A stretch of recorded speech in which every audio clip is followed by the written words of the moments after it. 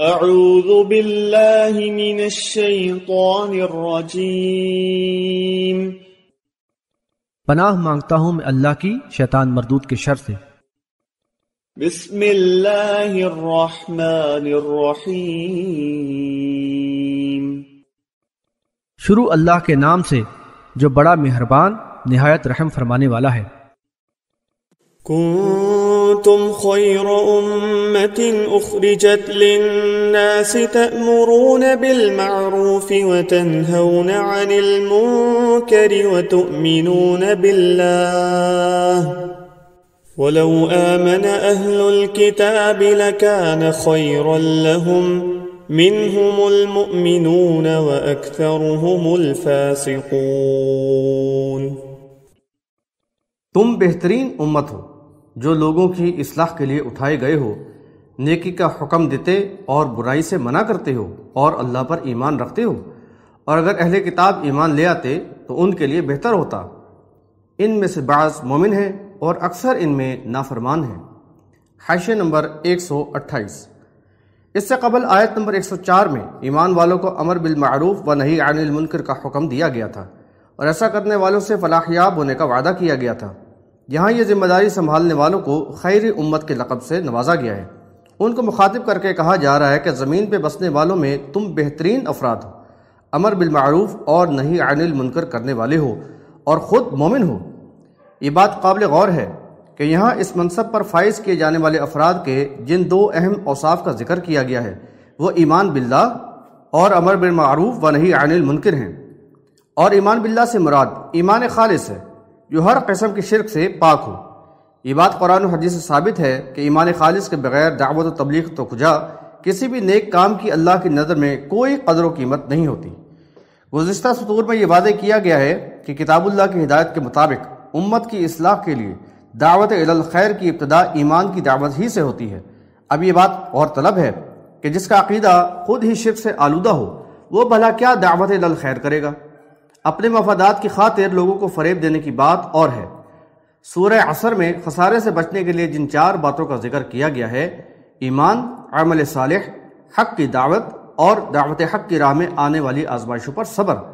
لقمان حکیم نے بھی اپنے بیٹے کو شرک سے بچنے کی پرزور تلقین کرنے کے بعد صلاح قائم کرنے، امر بالمعروف اور نہی عن المنکر کرنے کی نصیحت کی اور اس راہ میں آنے والی آزمائش پر صبر کرنے کو کہا۔ یہ بات یاد رہے کہ جب ایمان کی کھل کر دعوت دی جاتی ہے تو صبر آزما مراحل سے دوچار ہونا ناگزیر ہوتا ہے۔ اسی طرح سورہ حامیم السجدہ آیت نمبر 33 میں دعوت الی اللہ دینے والے کا صالح مسلم ہونا ضروری قرار دیا گیا ہے۔ الغرض ایمان خالص کے حامل باشعور افراد جو خود عمل صالح کے پیکر اور پوری طرح اللہ تعالیٰ کے مطیع و فرما ہوں وہی داعی الی الخیر اور خیری امت کے منصب کے اہل ہو سکتے ہیں۔ وہ صحیح معنوں میں اس نعمت کے قدردان ہوتے ہیں اور اس کے ملنے پر دل و جان سے اپنے رب کے شکر گزار، جیسا کہ اس سے قبل آیت نمبر 103 کی تشریح میں واضح کیا گیا ہے۔ وہ اس ذمہ داری کو پورا کرنے کے لیے ہمہ وقت مستعد رہتے ہیں، زبان و قلم کے علاوہ اپنا جان و مال بھی اللہ کے دین کے سربلندی کے لیے لگا دینے کا عزم رکھتے ہیں۔ صحابہ کرام رضی اللہ عنہم نے اس کا عملی نمونہ پیش کر دکھایا۔ اس آیت اور اس سے پہلے آیت نمبر 104 میں ان 2 پہلوؤں پر جو زور دیا گیا ہے اس سے یہ حقیقت کھل کر واضح ہو جاتی ہے کہ امر بالمعروف و نہی عن المنکر قوم کے ایمان و کردار میں بگاڑ کے سیلاب کو روکنے اور اس کے راستہ پر بند باندھنے کے لیے ناگزیر ہے۔ حاشیہ نمبر 129۔ یہاں اہل کتاب کو جھنجھوڑا گیا ہے کہ دیکھو جس طرح تم میں سے بعض سلیم الفطرت لوگ جن کا آگے بھی ذکر ہے غور و فکر اور تحقیق کے بعد ایمان لا کر اسلام میں داخل ہو گئے، کیا تمہارے حق میں بہتر نہ تھا کہ انہی کی طرح ایمان لاتے اور ان خوش نصیب لوگوں میں شامل ہو کر دنیا اور آخرت میں ذلت و رسوائی اور دائمی خسارے سے بچ جاتے؟ وہ بھی تو آخر تمہاری ہی طرح انسان ہیں۔ ان کو ہدایت کی روشنی ملی تو انہوں نے قومی عصبیت اور ہر قسم کے بغض جیسی شیطانی خصلتوں پر قابو پا کر حق کے آگے سر تسلیم خم کر دیا۔ اس کے برعکس تم ایسے بدبخت اور شقی القلب ہو کہ دین کے تمام دلائل و شواہد سے صرف نظر کر کے اللہ کی نافرمانی اور ازلی دشمن شیطان کی اطاعت کرتے ہوئے کفر و شرک کے باغیانہ رویے پر ہر درمی سے جمے ہوئے ہو اور اس طرح خود اپنی جان کے دشمن بنے ہوئے ہو۔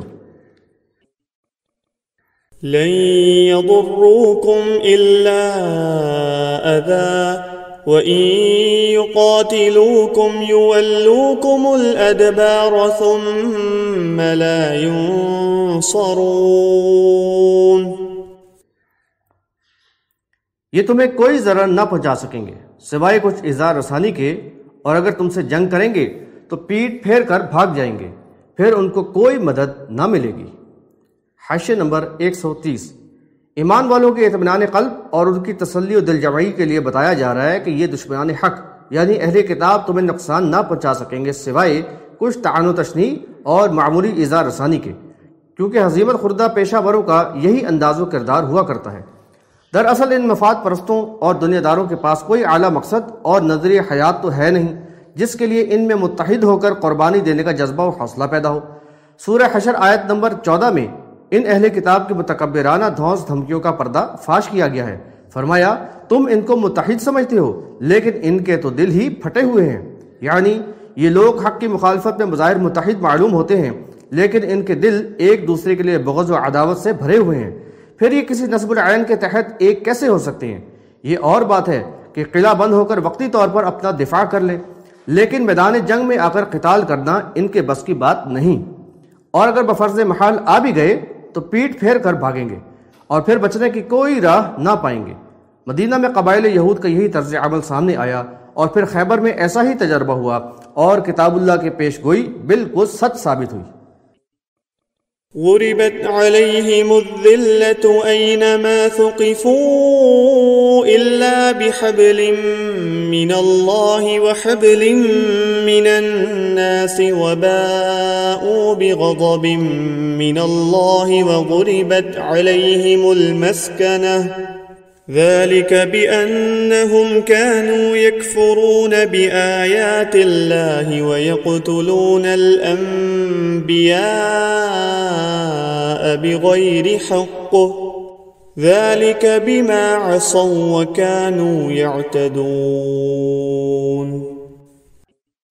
وہ جہاں بھی ہوں ان پر ذلت مسلط کر دی گئی ہے سوائے اس کے کہ عارضی طور پر اللہ کی رسی یا لوگوں کا سہارا ان کو سنبھالا دے۔ یہ اللہ کے غضب کے مستحق ہو گئے اور ان پر مسکنت طاری کر دی گئی۔ یہ اس سبب سے ہوا کہ وہ اللہ کی آیات کا کفر کیا کرتے اور انبیاء کو ناحق قتل کر دیتے تھے، اور یہ اس نافرمانی کی وجہ سے جو انہوں نے کی اور وہ حد سے گزر جاتے تھے۔ حاشیہ نمبر 131۔ قرآن کی متعدد آیات میں قوم یہود کے ذلت اور رسوائی کا ذکر کیا گیا ہے۔ سورہ اعراف آیت نمبر 167 میں بتایا گیا کہ ان پر قیامت تک ایسے لوگوں کو مسلط کیا جاتا رہے گا جو ان کو بدترین عذاب دیتے رہیں۔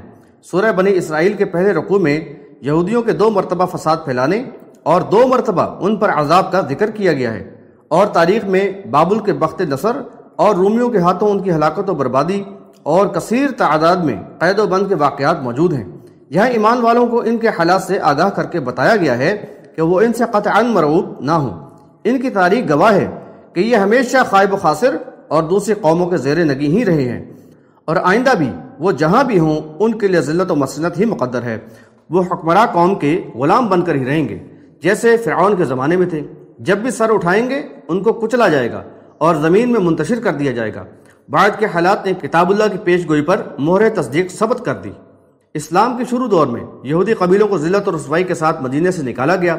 پہلے بنو قینقاع کو، پھر بنو نذیر کو جلا وطن کیا گیا، اور پھر غزوہ احزاب کے بعد ان کے آخری قبیلے بنو قریظہ کے خود اپنے بنائے ہوئے ثالث سعد بن معاذ رضی اللہ عنہ کے فیصلہ کے مطابق ان کے قابل جنگ افراد کو قتل کر دیا گیا، اور بقیہ کو شہر بدر کر دیا گیا، اور جو لوگ خیبر میں آباد ہو گئے تھے وہ بھی غزوہ خیبر کی شکست کے بعد جزیہ دے کر ہی رہتے تھے۔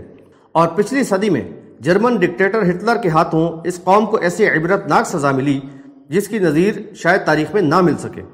البتہ انہیں بطور مہلت کبھی کبھی عارضی طور پر کچھ سنبھالا ملتا رہا، خواہ وہ ایمان لانے کے بعد اللہ تعالیٰ کی حفاظت میں آنے سے ہو یا دوسری کسی قوم کی مدد اور پشت پناہی اور سرپرستی کی شکل میں ہو۔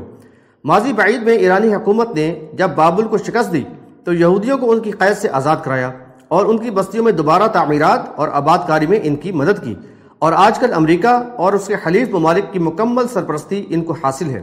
بہرحال یہ سب مہلت انہیں اللہ کی طرف سے ملی ہے، اور اسی نے ان کے لیے عارضی طور پر حالات کو سازگار بنا دیا ہے۔ یہ حالات و واقعات اس کلمہ گو امت کے لیے بھی لمحہ فکریہ ہیں۔ اللہ کا یہ قانون تو قیامت تک نافذ العمل ہے۔ اب دیکھنا یہ ہے کہ کہیں یہ کلمہ گو امت بھی اس قانون کی زد میں تو نہیں۔ کتاب اللہ ان کے پاس پوری طرح محفوظ ہے، صحیح احادیث کی شکل میں اس کی تشریح و تفسیر بھی موجود ہے، پھر بھی یہ ایمان کے دعوے دار اللہ کی نافرمانی، کفر و شرک، حرص و طمع، مفاد پرستی اور تفرقہ پردازی میں یہود سے بھی سبقت لے گئے ہیں، اور رب ذوالجلال کی قہر و غضب کو بھڑکانے میں انہوں نے کوئی کسر نہیں چھوڑی۔ اس کا نتیجہ ہے کہ یہ جہاں بھی ہیں ان پر ذلت و مسکنت طاری ہے، خواہ عراق و فلسطین ہو یا کشمیر و افغانستان یا دیگر مقامات، ہر جگہ یہود و ہنود اور ان کے نام نہاد حلیف و سرپرست ان پر مسلط ہیں، جو ان کی آبرو ریزی، غارت گری اور ذلت و خواری میں انتہا کو پہنچے ہوئے ہیں، اور دنیا کی کوئی بھی قوم ان کی حمایت کرنے کو تیار نہیں۔ تاریخ نے کیسا پلٹا کھایا ہے۔ خیر القرون میں کلمہ گو ہر لحاظ سے عز و شرف سے ہمکنار تھے اور اقوام عالم میں سربلند اور باوقار، لیکن آج وہی پستی، بدحالی اور قسمہ پرسی سے دوچار ہیں، اور دوسرے ان پر حاوی، گویا یہ ان کے لیے لقمہ تر بنے ہوئے ہیں۔ کیا یہ یہود کی طرح مغضوب علیہ بن کر اللہ کے عذاب کا شکار نہیں ہو گئے؟ فَاعْتَبِرُوا يَا أُولِي الْأَبْصَارِ، حاشیہ نمبر 132۔ قوم یہود پر اللہ کے غضب اور ان کی ذلت و بدحالی کا سبب ان کی مسلسل نافرمانی اور سرکشی کی سرشت رہی ہے، جس کا قرآن میں کثرت سے ذکر کیا گیا ہے۔ انبیاء علیہ السلام کی بعثت کے بعد ان میں ایمان لانے والوں کو دیگر اقوام پر فضیلت و فوقیت ملتی رہی اور عزت و وقار حاصل ہوا۔ اس پر ان کو اللہ کا شکر گزار اور نعمت ایمانی کا قدردان ہونا چاہیے تھا، لیکن ان ظالموں نے جلد ہی روگردانی کر کے کفر کی روش اپنا لی اور زوال پذیری کی راہ پر چل پڑے۔ پھر جب بھی انبیاء علیہ السلام ان کی اصلاح اور بحالی کے لیے آئے تو انہوں نے مذاق اڑایا اور مخالفتوں اور باغیانہ سازشوں میں حد سے گزر گئے، ان کو اور ایمان لانے والوں کو ایذائیں دیں، یہاں تک کہ ان کو قتل کرنے سے بھی دریغ نہ کیا۔ یہ مضمون پہلے بھی آ چکا ہے بحوالہ سورہ آل عمران آیت نمبر 21۔ غرض یہ کہ ان کی تاریخ جور و ستم کی ایسے ہی داستانوں سے بھری ہوئی ہے۔ ليسوا سواء من أهل الكتاب أمة قائمة يتلون آيات الله آناء الليل وهم يسجدون۔ وہ سب ایک جیسے برابر نہیں۔ اہل کتاب میں ایک گروہ ہے جو حق پر قائم ہے، وہ رات کے اوقات میں قیام اللیل میں اللہ کی آیات کی تلاوت کرتے اور سجدہ ریز ہوتے ہیں۔ حاشیہ نمبر 133۔ اہل کتاب میں سب ایک جیسی فطرت و خصلت کے ہی حامل نہیں۔ ان میں عبداللہ بن سلام رضی اللہ عنہ اور ان کے ساتھی اور حبشہ کے نجاشی رحمت اللہ علیہ جیسے بعض نیک طینت اور سلیم الفطرت لوگ بھی تھے، جن کا ذکر گزشتہ سطور میں بھی کیا گیا ہے۔ وہ اپنی کتاب پر ایمان رکھتے تھے اور اب اللہ کے آخری رسول پر نازل شدہ کتاب پر بھی ایمان لے آئے۔ عبداللہ بن سلام رضی اللہ عنہ کے ایمان لانے کا واقعہ صحیح بخاری میں کچھ تفصیل سے مذکور ہے۔ ہجرت کے بعد نبوت کی نشانیاں دیکھ لینے کے بعد انہوں نے ایمان کا اقرار کیا اور یہودی علماء کی موجودگی میں اپنے ایمان کا اعلان کر کے نبی صلی اللہ علیہ وسلم کے سامنے ان سے علیحدگی کا بھی اظہار کر دیا۔ بحوالہ بخاری کتاب التفسیر، مناقب الانصار، مناقب عبداللہ بن سلام رضی اللہ عنہ۔ نجاشی رحمت اللہ علیہ کی وفات پر نبی صلی اللہ علیہ وسلم نے ان کی صلاۃ المیت غائبانہ ادا کی۔ بحوالہ بخاری کتاب الجنائز۔ یہ اور دیگر مذکورہ افراد پیشہ ور علماء کی طرح دین سے کمائی کرنے والے نہیں بلکہ اللہ سے ڈرنے والے ہیں۔ بحوالہ سورہ آل عمران آیت نمبر 199۔ نبی صلی اللہ علیہ وسلم نے فرمایا کہ جو اپنے نبی پر ایمان لائے اور پھر محمد صلی اللہ علیہ وسلم پر ایمان لائے تو ایسے لوگوں کے لیے دوہرا اجر ہے۔ بحوالہ بخاری کتاب العلم، باب تعلیم الرجل امتہ و اہلہ۔